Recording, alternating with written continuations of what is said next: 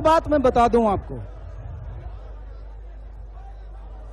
आपको याद होगा कि माननीय मुख्यमंत्री महोदय ने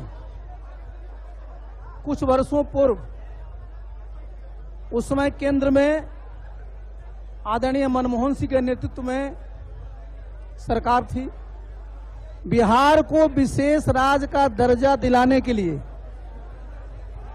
बिहार के सभी पार्टियों की तरफ से उनसे समय मांगा था और आप याद करिए कि समय नहीं मिला। देखिए, आप सब लोग इधर एक मुद्दा बिहार में खास करके ज्यादा जनगणना को लेकर के, एक बार जरा जान लीजिए, जो जनगणना है, आपको पता है ना कि जब हड़प्पन सिविलाइजेशन था तब भी जनगणना की बात चलती थी, हुई नहीं थी। जब हमारे यहां मगध साम्राज्य था,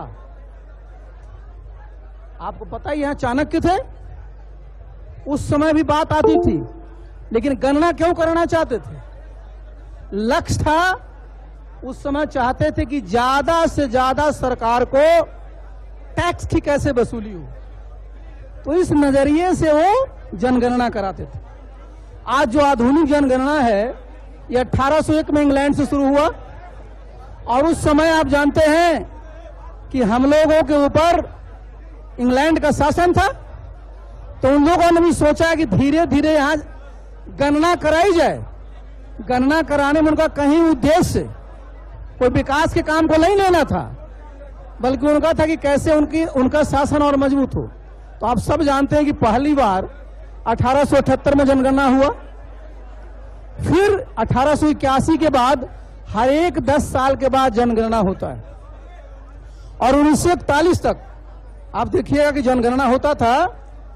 उसमें जो कॉलम होते थे, 13, 14, 15 कॉलम उस जमाने में भी होता था, तो उसमें एक कॉलम होता था, उसमें कास्ट, और कास्ट में भी सब कास्ट, ये सब लिखा रहता था। और आप ये जान लीजिए कि ये चलता, जब 1951 में अपने देश का पहला जब सेंसस हुआ, तो उस समय के बाद से ये नहीं रहा। और बहुत सारी, आप देखिएगा, पहला भी सेंसस था तो उसमें 13 कॉलम, 13 तरह के सवाल होते थे। फिर 61 में और सवाल आए, 71 में और सवाल आए, 81 में और सवाल आए, 91 में और सवाल आए, 2001 में और सवाल आए, ये सारे आते गए। पहले देखिए, एक बात इसको समझना बहुत जरूरी है। देखिए, हम लोग जातीय जनगणना की मांग करते रहे, आज से नहीं, बरसों से मुद्दा रहा है, और देश की कई पार्टियां इसकी मांग करते रहती थी। एक समय में इसकी मांग इसलिए भी ज्यादा होती थी कि इस देश में आरक्षण एक मुद्दा था। आप जानते हैं कि जो हमारा संविधान है, उसमें अनुसूचित जाति जनजाति को जो आरक्षण है, और दूसरा जो आरक्षण, उसमें फर्क क्या है? अनुसूचित जाति जनजाति को आरक्षण उनकी आबादी के अनुरूप मिलना है। इसलिए आपने देखा है कि जनगणना में SC ST की काउंटिंग होती है। क्यों? क्योंकि संविधान ही इसका प्राविधान करता है कि जितनी उनकी आबादी होगी उतना आरक्षण देना पड़ेगा संविधान के अनुसार, इसलिए उनकी गणना होती है। बाद में आपने देखा कि पिछड़ी जातियों के लिए आरक्षण आया, पिछड़ी जातियों में जब आरक्षण आया तो उसमें क्रीमी लेयर आया, तो क्रीमी लेयर के जो ऊपर थे उनको आरक्षण नहीं मिला, और फिर सुप्रीम कोर्ट का ऑर्डर था कि 50% से ज्यादा आरक्षण भी नहीं दे सकते। और फिर माननीय प्रधानमंत्री आदरणीय नरेंद्र मोदी जी बने, तो जो इकोनॉमिकली वीकर सेक्शन है, जो सामान्य श्रेणी के, उनको भी आरक्षण दिया, और किनको में, उनको भी आमदनी का एक क्राइटेरिया हो गया। तो आज आप देखिए कि आरक्षण जो है एक तरह से उस प्रकार का मुद्दा नहीं है जो ये 70 के दशक में, 80 के दशक में, 90 के दशक में ये होता था। आज देखिए, सब लोग मांग करते हैं कि साहब आपके पास डेटा चाहिए, किस बात के लिए? और इसका देखिए, आप देखिए, सब लोग बात करते, हमारे बिहार में क्या है, हमारे नेता का जो मूल मंत्र है, न्याय के साथ विकास, समावेशी विकास, और ये पूरा का पूरा जो 7 निश्चय है साहब, जो 2015 से लागू हुआ, उसमें जो पार्टी आजकल धरना देने का बोल रही है, वो भी सम्मिलित थी। और हमारा जो 7 निश्चय है, ये पहला ऐसा प्रोग्राम है इस देश में जो सभी जाति, सभी धर्म, सब ग्रुप को कवर करता है। आप जरा बता दीजिए, किसी प्रकार का भेदभाव किया गया? स्टूडेंट क्रेडिट कार्ड है, सबको मिलेगा। तो हमारे नेता ने तो एक मॉडल बनाया है जहां की हम लोग पूरा का पूरा समावेशी विकास की बात करते हैं। और केंद्र में भी देख लीजिए, प्रधानमंत्री जी ने क्या कहा था?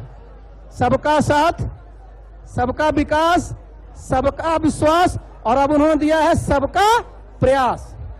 तो दोनों ओर आप देखिए तो हमारी गाड़ी बहुत आगे बढ़ गई है। अब हम लोग जो हैं अब समाज के सभी लोगों के विकास की बात कर रहे हैं। ये 7 निश्चय पार्ट 2 में भी निकाल के देख लीजिए, ये क्या है? इसमें भी पूरा का पूरा जो हमारा यूनिवर्सल है। लेकिन निश्चित रूप से समाज में लोगों को रहता है कि साहब जात का डाटा चाहिए। लेकिन मैं आपको बताना चाहूंगा, ये जो सेंसस होता है, सेंसस का काम गृह मंत्रालय करता है। जो केंद्र सरकार को काम करना है, जो राज्य सरकार को काम करना है। तो केंद्र सरकार में आप जानते हैं कि 1948 में सेंसस एक्ट बना, उनका काम है, ये गृह मंत्रालय के अंदर आता है। लेकिन आपको याद होगा 2011 में जो कांग्रेस की सरकार थी, उन्होंने जो है, अरे उसी पर मैं बोल रहा हूं, 2011 में मनमोहन सिंह के नेतृत्व में जो सरकार थी, क्या कराया था? सोशियो इकोनॉमिक सर्वे कराया। किसने कराया? गृह मंत्रालय ने नहीं, बल्कि उनके ग्राम विकास मंत्रालय ने, शहरी निकाय ने। वो सेंसस नहीं था। आप देखें, आप उत्तर प्रदेश चले जाइए, मैं उत्तर प्रदेश में रहा हूं। 1994 में उस प्रदेश में भी सर्वे हुआ था कि पिछड़ी जातियां कितने हैं।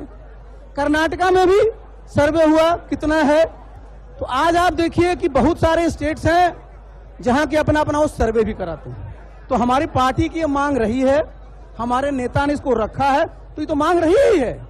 लेकिन हमारे नेता उससे बहुत आगे चले गए। आज हमारे नेता का जो न्याय के साथ विकास है, समावेशी समाज का निर्माण है और 7 निश्चय है, पूरा इस बात का मुझे दिखाता है कि हम सब लोगों को, समाज के जितने लोग हैं, सबका विकास करना।